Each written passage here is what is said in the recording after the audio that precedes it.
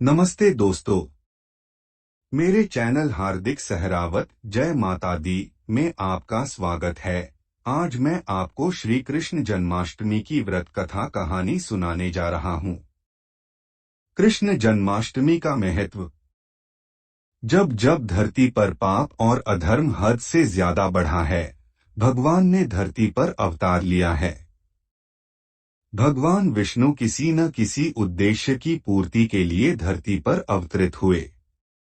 विष्णु जी का एक अवतार श्री कृष्ण थे। श्री कृष्ण ने अपने जन्म से लेकर जीवन के हर पड़ाव पर चमत्कार दिखाए। श्री कृष्ण के जीवन से जुड़े कई किस्से हैं जो मानव समाज को सीख देते हैं।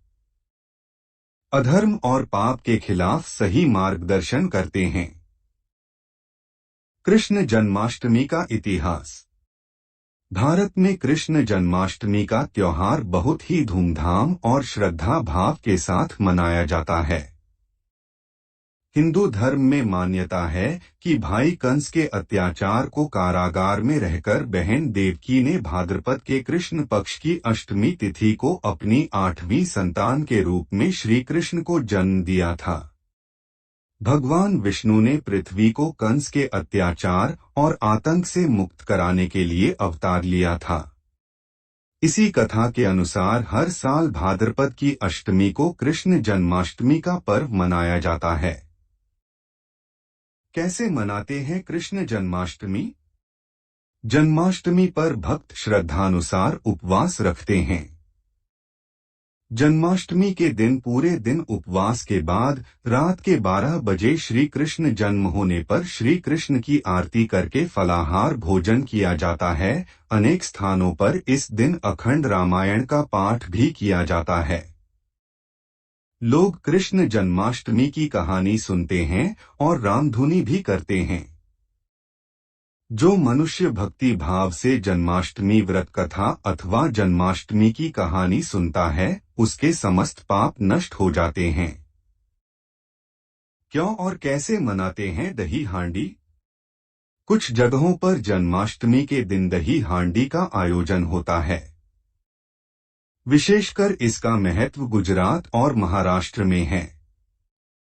दही हांडी का इतिहास बहुत दिलचस्प है। बालपन में कान्हा बहुत नटखट थे। वह पूरे गांव में अपनी शरारतों के लिए प्रसिद्ध थे। कन्हैया को माखन, दही और दही बहुत प्रिय था। उन्हें माखन इतना प्रिय था कि वह अपने सखाओं के साथ मिलकर गांव के लोगों के घर का माखन चोरी करके खा जाते थे। कान्हा से माखन बचाने के लिए महिलाएं माखन की मटकी को ऊंचाई पर लटका दिया करती, लेकिन बाल गोपाल अपने सखाओं के साथ मिलकर एक पिरामिड बनाकर उसके जरिए ऊंचाई पर लटकी मटकी से माखन चोरी कर लेते। कृष्ण के इन्हीं शरारतों को याद करने के लिए जन्माष्टमी में माखन की मटकी को ऊंचाई पर टांग दिया जाता है। लड़के नाचते गाते पिरामिड बनाते हुए मटकी तक पहुंचकर उसे फोड़ देते हैं। इसे दही हांडी कहते हैं। जो लड़का ऊपर तक जाता है उसे गोविंदा कहा जाता है। जन्माष्टमी की कहानी। द्वापर युग में जब पृथ्वी पाप और अत्याचारों के भार से दबने लगी तो पृथ्वी गाय का रूप बनाकर सृष्टिकर्ता विधाता ब्रह्मा जी के पास गई। सभी देवता ब्रह्मा जी के पास गए और ब्रह्मा जी को पृथ्वी की दुखांत कथा सुनाई। वहां उपस्थित सभी देवताओं ने निर्णय किया कि इस संकट के समाधान हेतु भगवान विष्णु के पास जाएंगे और सभी लोग पृथ्वी को साथ लेकर क्षीर सागर में भगवान विष्णु जी के पास पहुंचे। जहां भगवान विष्णु शेष शैया पर शयन कर रहे थे। वहां जाकर सभी देवतागण भगवान विष्णु की स्तुति करने लगे। स्तुति करने से भगवान विष्णु की निद्रा भंग हुई। तब विष्णु जी ने सबसे आने का कारण पूछा। तब दीन वाणी से पृथ्वी बोली, महाराज, संपूर्ण भूमंडल पाप और अत्याचारों से घिर गया है और पृथ्वी इन पाप और अत्याचारों के भार में दबने लगी है, इसलिए कृपा करके इस संकट का निवारण करें। यह सुनकर भगवान बोले, मैं ब्रज मंडल में वसुदेव गोप की भार्या कंस की बहन देवकी के गर्भ से जन्म लूंगा। इसलिए तुम ब्रजभूमि में जाकर यादव कुल में अपना शरीर धारण करो। इतना कहकर भगवान विष्णु अंतर्ध्यान हो गए और देवता तथा पृथ्वी ब्रजभूमि में आकर यादव कुल के नंद, यशोदा तथा गोपियों के रूप में पैदा हुए। इसके बाद कुछ दिन ऐसे ही व्यतीत हो गए। वसुदेव नवविवाहित देवकी तथा साले कंस के साथ गोकुल में जा रहे थे, तभी अचानक भविष्यवाणी हुई कि हे कंस, जिसको तू अपनी बहन समझकर अपने साथ लेकर जा रहा है, उसी के गर्भ से 8वां पुत्र होगा जो तेरी मृत्यु का कारण बनेगा। इतना सुनते ही कंस तलवार उठाकर देवकी को मारने के लिए दौड़ा। तब वसुदेव ने कहा, कंस, यह औरत बेकसूर है और बेकसूर स्त्री को मारना उचित नहीं है, इसलिए जब भी देवकी के गर्भ से पुत्र का जन्म होगा तो पैदा होते ही मैं आपको अपनी सब संतान दे दूंगा, तो आपको कौन मारेगा। कंस ने उनकी बात मान ली और वसुदेव तथा देवकी को ले जाकर जेल में बंद कर दिया। जब भी देवकी के पुत्र होता तो कंस उन्हें मार देता। देवकी के साथ पुत्र मारे जाने के बाद 8वें गर्भ की बात कंस को मालूम हुई। इस बात का पता चलते ही कंस ने देवकी और वसुदेव को विशेष कारागार में डलवाकर पहरा लगवा दिया। भाद्रपद माह की कृष्ण पक्ष की अष्टमी को भयावानी रात के समय जब शंख, गदा, पद्मधारी भगवान श्री कृष्ण का जन्म हुआ तो चारों ओर प्रकाश फैल गया। लीलाधारी भगवान की यह लीला देखकर वसुदेव और देवकी उनके सामने हाथ जोड़कर खड़े हो गए। भगवान श्री कृष्ण ने जब अपना बालस्वरूप लिया तब देवकी और वसुदेव के हाथों की हथकड़ियां टूटकर खुल गई, दरवाजे अपने आप खुल गए और पहरेदार सोते हुए नजर आए। तब वसुदेव कृष्ण जी को अपने साथ लेकर वहां से निकल गए।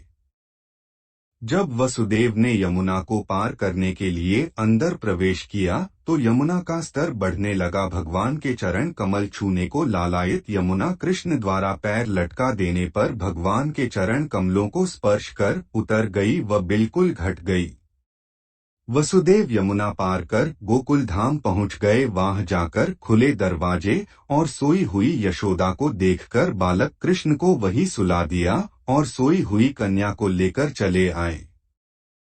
जब वसुदेव वापस कारागार में पहुंचे तो अपने आप उनके बेड़ियां लग गई और दरवाजे बंद हो गए। दरवाजे बंद होने के बाद वहां सोए हुए पहरेदार भी जग गए। हथकड़ियां लगने के बाद कन्या रोने लगी। तब जगे हुए पहरेदारों ने कन्या का रुदन सुनकर तुरंत कंस के पास खबर भेज दी कि देवकी का 8वां पुत्र जन्म ले चुका है। यह सुनकर कंस तुरंत दौड़ता हुआ आया। जब कंस ने कन्या को हाथ में लेकर पत्थर पर पटकना चाहा तो कन्या हाथ से छूटकर आकाश में उड़ गई और साक्षात देवी के रूप में प्रकट होकर बोली, हे कंस, तुम्हें मारने वाला तो गोकुल में पहले ही पैदा हो चुका है। पापी कंस अब वही तुम्हारा वध करेगा। यही भगवान बड़े होकर अकासुर और तारकासुर तथा कंस जैसे क्रूर राक्षसों का वध कर पृथ्वी तथा भक्त जनों की रक्षा की। जन्माष्टमी का उद्यापन। रात 12 बजे भगवान का जन्म करें, उसके पश्चात उनका पंचामृत से अभिषेक कर नए कपड़े पहनाएं और श्रृंगार करें। भगवान का चंदन से तिलक कर उनका भोग तुलसी का पत्ता डालकर लगाएं। इसके बाद विधि विधान से पूजन करें। पूजन में देवकी, वसुदेव, बलदेव, नंद, यशोदा और लक्ष्मी इन सबका नाम क्रमशः अवश्य लेना चाहिए। फिर निम्न मंत्र से पुष्पांजलि अर्पण करें।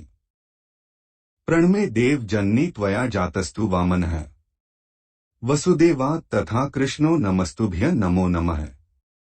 सुपुत्रार्घ्यं प्रदत्तमे गृहाणेम नमोस्तुते। नंद के आनंद भयो जय कन्हैया लाल की कहकर भगवान कृष्ण को झूला झुलाकर घी के दीपक और धूप बत्ती से आरती उतारें। अंत में प्रसाद वितरण व ग्रहण करें और रात भर उनके मंगल भजन कीर्तन करते हुए रत जगा करें। जन्माष्टमी की कहानी सुनकर करें श्री कृष्ण जी की आरती। जय श्री कृष्ण हरे प्रभु, जय श्री कृष्ण हरे। सकल जगत के प्राणी दुहक संताप हरे। जय श्री कृष्ण हरे। मोर मुकुट सिर सोहे कर मुरलीधारी, सुर नर मुनि सब मोहे सुंदर छवि प्यारी। जय श्री कृष्ण हरे। उखल आप वेधाकर यमुला जिन्हारी, वृंदावन प्रभु आकर लीला बहुत करी। जय श्री कृष्ण कृष्ण हरे। अघासुर खेल दिखाकर काली नाग हरी, अद्भुत खेल दिखाकर काली नाग हरी।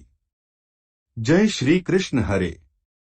पान किया दाबानल गिरी पूजा कीनी, लीला रास रचाकर सुध हर लीनी। जय श्री कृष्ण हरे। प्रेम सहित नित आरती अर्जुन मैं गाऊं, चरण कमल संग प्रति यह प्रभु वर चाहूं। जय श्री कृष्ण हरे।